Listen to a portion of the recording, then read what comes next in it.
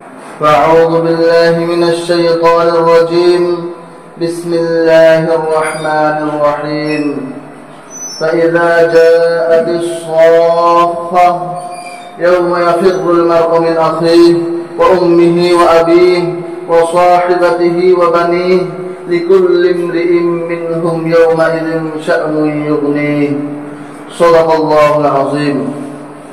আল্লাহ রাব্বুল আলামিনের অতি দয়া এবং মেহেরবানি আমাদের উপরে যে আল্লাহ রাব্বুল আলামিন আমাদেরকে বিভিন্ন মায়ের বিভিন্ন সন্তানকে একত্রিত করিয়া এই জুমার দিনে আল্লাহর ঘরের মধ্যে আসার জন্য বসার জন্য তৌফিক দান করেছেন, সেই মহান রব্বুল আলামিনের একবার শুকরিয়া আদায় করি আলহামদুলিল্লাহ। জনাবে মুহাম্মদুর রাসূলুল্লাহ সাল্লাল্লাহু আলাইহি ওয়াসাল্লাম জিনার মেহনতের বদৌলতে, কষ্টের বদৌলতে আমরা দিন নামের দৌলত পেয়েছি, সিরাতে মুস্তাকিম পেয়েছি, সিধা রাস্তা পেয়েছি। সেই দয়ার নবী, মায়ের নবী, উম্মতের কান্দারি নবী জনাব মুহাম্মদুর রাসূলুল্লাহ সাল্লাল্লাহু আলাইহি ওয়াসাল্লামের উপর মুহাব্বতের সহিত দরুদ পড়ি সাল্লাল্লাহু আলাইহি ওয়াসাল্লাম। আরো একবার মুহাব্বতের সহিত সাল্লাল্লাহু আলাইহি ওয়াসাল্লাম। আল্লাহ রাব্বুল আলামিন কোরআনে কারীমের মধ্যে বলতেছেন, ফাইযা জাআতিস সাখা, ওই দিনকে তোমরা মনে করো যেই দিন নাকি তোমাদের কানকে ফেলে দেওয়া, তোমাদের কানকে নষ্ট করে দেওয়ার আওয়াজ আসবে। এর দ্বারা বুঝাইছে যেই দিন নাকি সিংহার মধ্যে ফুঁক দেওয়া হবে, যেদিন নাকি হাসরের মাঠ, কিয়ামতের ময়দান কায়েম হয়ে যাবে, ওই দিনকে মনে করো। ওই দিন তুমি এই দুনিয়ার পেছনে পড়ে আছো, তুমি এই দুনিয়ার লোভ লালসায় পড়ে আছো, তুমি ওই দিনকে মনে করো যেই দিন নাকি সিংহার মধ্যে ফুঁক দেওয়া হবে। তখন সবাই একসঙ্গে কবর থেকে উঠবে আর হাসরের ময়দানের দিকে ছুটবে, আর ওই দিন কেউ কাউকে সহায় করবে না। আল্লাহ রাব্বুল আলামিন আগের আয়াতের মধ্যে বলতেছেন, ইয়াউমা ইয়াফিরুল মারউ মিন আখিহি, প্রত্যেকজন ব্যক্তি, প্রত্যেকজন মানুষ, প্রত্যেকজন ইনসান নিজের ভাই থেকে ভাগবে, নিজের ভাইকে দেখলে পলাইবে। ওই দিন কেউ কারো সহায় করবে না। ইয়াউমা ইয়াফিরুল মারউ মিন আখিহি ওয়া উম্মিহি ওয়া আবিহি, যেই দিন নাকি ভয়াবহ দিন হবে, সূর্য আধা হাত উপরে হবে, যেই দিন নাকি নফসি নফসির আলম হবে, ওই দিন কেউ কাউকে সহায় করবে না। বাবা চেহারা যখন দেখবে তখন বাবার মুখ দেখে পলাবে, মায়ের মুখ দেখে পলাবে। যে মায়ের জন্য করে উঠতো, সেই মায়ের জন্য জীবন দেওয়ার জন্য রাজি ছিল। বাপ যদি একটু পোহাইতো, বাবার যদি একটু জ্বর হইতো, বাবার যদি একটু সর্দি কাজ হয়ে যেত, বাবার জন্য রাত জাগতো, বাবার জন্য রাত জাগতো, দিনের মধ্যে কত পরিশ্রম করতো, মায়ের জন্য পুরোটা জিন্দেগি খাপাই দিত, মায়ের জন্য কত আদর যত্ন করতো। ওই মাকে দেখলে কার কিয়ামতের দিন এত ভয়াবহ দিন হবে, ওই দিন মাকে দেখার সঙ্গে সঙ্গে মাকে দেখে পালাবে, মার সহায় করবে না। আর আগের মধ্যে বলতেছেন, ইয়াউমা ইয়াফিরুল মারউ মিন আখিহি ওয়া উম্মিহি ওয়া আবিহি ওয়া সাহিবাতিহি ওয়া বানিহি, এত প্রাণের স্ত্রী থাকবে, স্ত্রীকে দেখলেও ওই দিন সহায় করবে না। এত ভয়াবহ দিন হবে ওই দিন, এত ভয়াবহ দিন হবে ওই দিন স্ত্রীকে দেখার সঙ্গে সঙ্গে স্ত্রীকে দেখো পলাবে, স্ত্রীকেও সহায় করবে না। আর ওই দিন নিজের ছেলে সন্তান, যে ছেলে সন্তানের জন্য সারা জিন্দগি আমি বরবাদ করে দিলাম, সারা জিন্দগি আমি সকাল থেকে সন্ধ্যা পর্যন্ত আমি মাথার ঘাম পায়ে ফেলাইয়া আমি সন্তানদের জিন্দগির কথা ভাবলাম, আমার জিন্দগির কথা না ভেবে আমি সন্তানের জিন্দগির কথা ভাবলাম। ওই দিন সন্তানকে দেখেও সন্তানকে আর সহায় করবে না। ওই দিন সন্তানকে দেখে ওই দিন পালাবে আর বলবে যে আজকে নফসি নফসির আলম, আজকে আমি কাউকে সহায় করতে পারবো না। ওই দিন ইয়াউমা ইয়াফিরুল মারউ মিন আখিহি ওয়া উম্মিহি ওয়া আবিহি ওয়া সাহিবাতিহি ওয়া বানিহি লিকুল্লি ইমরিইম মিনহুম ইয়াউমাইযিন শাআনুন ইউগনিহি। শুনো শুধু তাই নয় যে বাবাকে দেখে পলাবে, মাকে দেখে পলাবে, ছেলেকে দেখে পলাবে, স্ত্রীকে দেখে পলাবে, শুধু এরকম নয়। প্রত্যেকজন মানুষ যে তার কাছে সহায় চাইতে আসবে তাকে দেখে পলাবে। ওই দিন কাউকে সহায় করবে না। এত ভয়াবহ দিন হবে, ওই দিন কেউ কাউকে চিনবে না। সেই জন্য আমাদেরকে ওই দিন আসার আগে ওই দিনের আমাদেরকে তৈরি করতে হবে।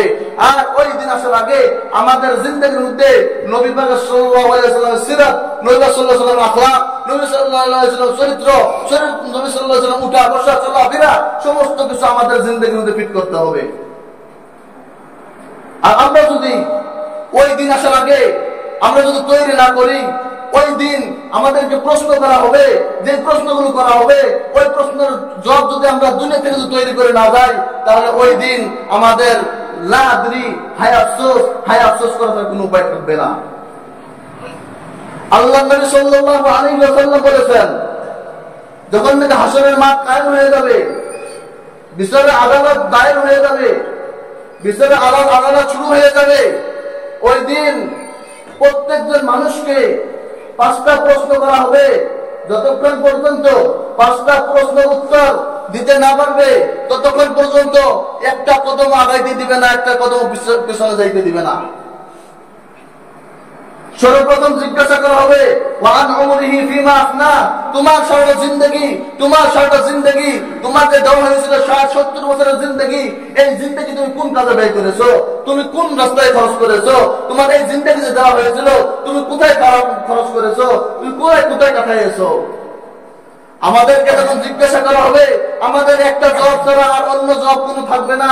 একটাই আমাদের জবাব থাকবে, কি আমি সকালে উঠছিলাম, মুখ হাত ধুইছিলাম, আমি সকালে উঠে বস্তা টুকলা নিয়েছিলাম, খানা খাইছিলাম, খাওয়ার পর আমি কামের মধ্যে গেছিলাম, কামের মধ্যে কাম করার পর আমার সন্ধ্যাবেলা আসছি, গাও মুজা ধুইছি, বাজারে গেছি, বাজার সদাই করছি, আবার আমি রাতের মধ্যে খাইছি, আবার ঘুমাইছি।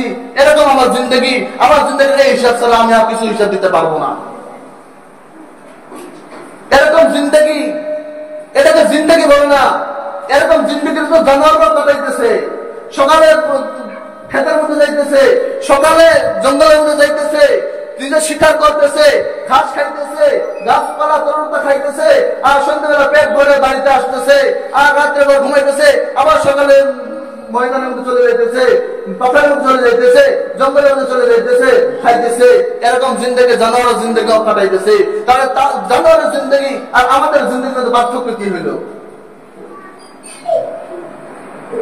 আমরা স্কুলের মধ্যে যারা পড়ি, ওরা একটা করে লজিক, যেটা আমাদের ইসলামিক কিতাবের মধ্যে, আমরা মাদ্রাসা কিতাবের যেটা করছি, ওটাকে মন্তিক বলা হয়। ওর মধ্যে একটা পড়া আসছিল জানোয়ার কাকে বলে? জানোয়ার কাকে বলা হয়? জানোয়ার ফার্সি ভাষা, জানওয়ালা। আমার প্রত্যেক জনে জানোয়ার কি? আমার প্রত্যেক জনে কি জানোয়ার? আমরা গালি মনে করি না গো, গালি মনে করি না।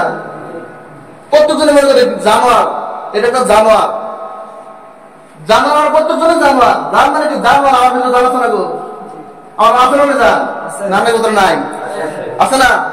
জানোয়ার মানে জানোয়ার, আমার ভিতরে জান আছে, সেজন্য জানোয়ার, জানের মালিক আমি, জানোয়ারা। কিন্তু তার আগের পরে বলছে জাবিল উকুল এবং গায়েব জাবিল উকুল। মানে একটা জানোয়ার হলো 2 রকমের। একটা হলো জাবিল উকুল, আকলমান, বুদ্ধিমান, যাদেরকে আকল, বিবেক, বুদ্ধি দেওয়া হয়েছে, তাদেরকে বলা হয় ইনসান।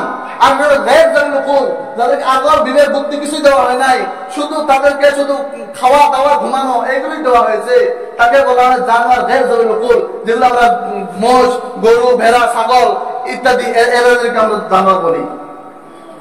সেজন্য আমরা জাবিল উকুল বানাইছে, আর জাবিল উকুল ইনসানকে বানাইছে।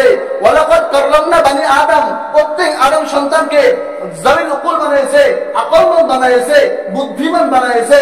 আর বুদ্ধিমান ওই ব্যক্তি যে ব্যক্তি নাকি হাসিবু ক্বাবলা আন তুহাসিবু, নবী সাল্লাল্লাহু আলাইহি ওয়াসাল্লাম বলেছেন, বুদ্ধিমান ওই ব্যক্তি যে ব্যক্তি নাকি ওর হিসাবের আগে, যেদিন কিয়ামতের দিন রোজ হাসরের ময়দানে বিচারের মাঠ কায়েম হয়ে যাবে, হিসাব শুরু হয়ে যাবে, হিসাব নিকাশ আরম্ভ হয়ে যাবে, ওই হিসাবের আগে আমার জিন্দগির মধ্যে আমি সকাল থেকে নিয়ে সন্ধ্যা পর্যন্ত আমি রাত ভর কি করতেছি না করতেছি, এই হিসাব যদি আমি করে নিয়ে যাই, এই হিসাব যদি আমার অল জিন্দগির হিসাব যদি আমি করে নিয়ে যাই আর এর তরিকা পুরোভাবে করে নিয়ে যাই, বলছে ওই ব্যক্তি সবচেয়ে বেশি বুদ্ধিমান, ওই ব্যক্তি সবচেয়ে বেশি বুদ্ধিমান। আল্লাহ রাব্বুল আলামিন কালকে আমাদের জিজ্ঞাসা করা হবে, তোমার সারা জিন্দগি দেওয়া হয়েছিল, 60-70 বছর জিন্দগি, 100 বছর জিন্দগি দেওয়া হয়েছিল, তুমি ওই জিন্দগি কোটায় কাটাইছো। এই জবাব যদি আমার সহজ আমাকে করে, আমার একটা জবাব ছাড়া আমার কোনো আর উত্তর থাকবে না, কোনো আর জবাব থাকবে না। দ্বিতীয় প্রশ্ন করা হবে, তোমার জওয়ান কাল দেওয়া হয়েছিল, তোমাকে একটা জওয়ানি দিয়ে দেওয়া হয়েছিল, তোমার এই জওয়ান কাল তুমি কোন কাজে ব্যয় করেছো? ও আমার যুবক ভাইয়েরা শুনো, তোমাকে এই জওয়ানি কাল দেওয়া হয়েছিল, তুমি এই জওয়ানি কাল কোন কাজে ব্যয় করেছো?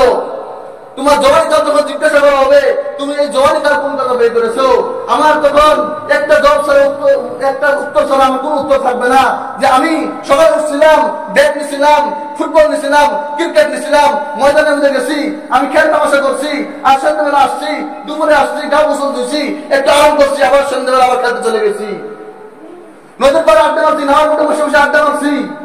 এই উত্তর ছাড়া আমার কোনো উত্তর থাকবে না। এই জওয়ানিকে কদর করো। এই জওয়ানি আমি কোথায় কাটাইতেছি? আমার কালেন্ডার আসতেছে হাইয়া আলাস সালাহ, আসো নামাজের দিকে, হাইয়া আলাল ফালাহ, আসো কামিয়াবির দিকে, কিন্তু আমি এটা শুনতেছি না। আসো হাইয়া আলাস সালাহ যখন বলা হইতেছে আমি শুনতেছি, আসো ফুটবল খেলা মাঠে, আসো নদীর পাড়ে, আমি তখন বলতেছি হাইয়া আলাস সালাহ, আসো নামাজের দিকে, আমি শুনতেছি আসো বাজারের দিকে।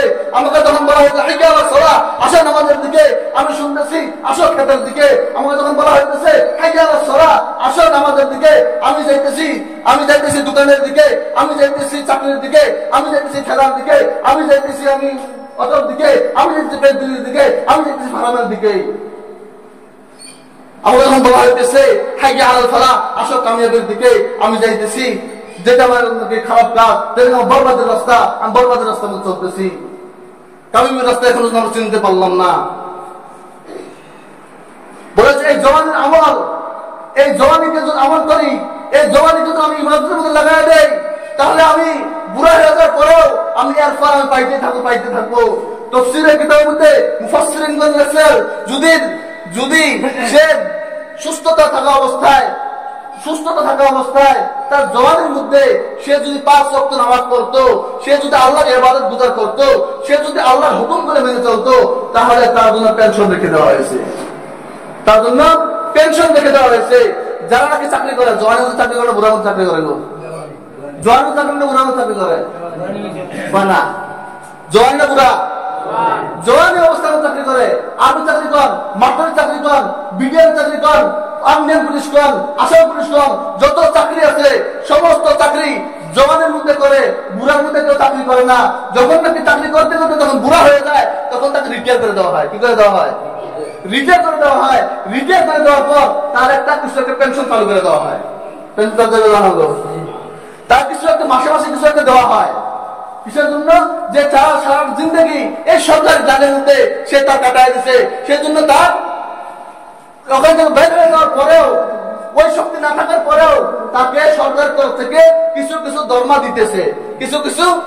দিতেছে। কেন? তার সারা জিন্দগি জওয়ানিটা সে চাকরির মধ্যে কাটায় দিছে। ঠিক এরকমই জওয়ানির মধ্যে আমি 5 ওয়াক্ত নামাজ জামাতের সহিত আদায় করতাম। আমি এখন বুড়া হয়ে যাওয়ার পর আমার শরীরে শক্তি নাই, আমার এরকম শক্তি নাই যে আমি মসজিদে যাইয়া জামাতের সাথে নামাজ পড়বো। কিন্তু আল্লাহ রাব্বুল আলামিন যে বুড়া এক জোয়ান থাকতে মসজিদের মধ্যে আসতো, জামাতের সাথে নামাজ পড়তো, এখন আর মসজিদে যাইতে পারে না, জামাতের সাথে নামাজ আদায় করতে পারে না, তাহলে সে বাড়ির মধ্যে নামাজ পড়লেও, জামাত ছাড়া নামাজ পড়লেও তার জামাতের সহিত নামাজ পড়ার সব তার আমলনামায় দেওয়া হচ্ছে। সুবহানাল্লাহ।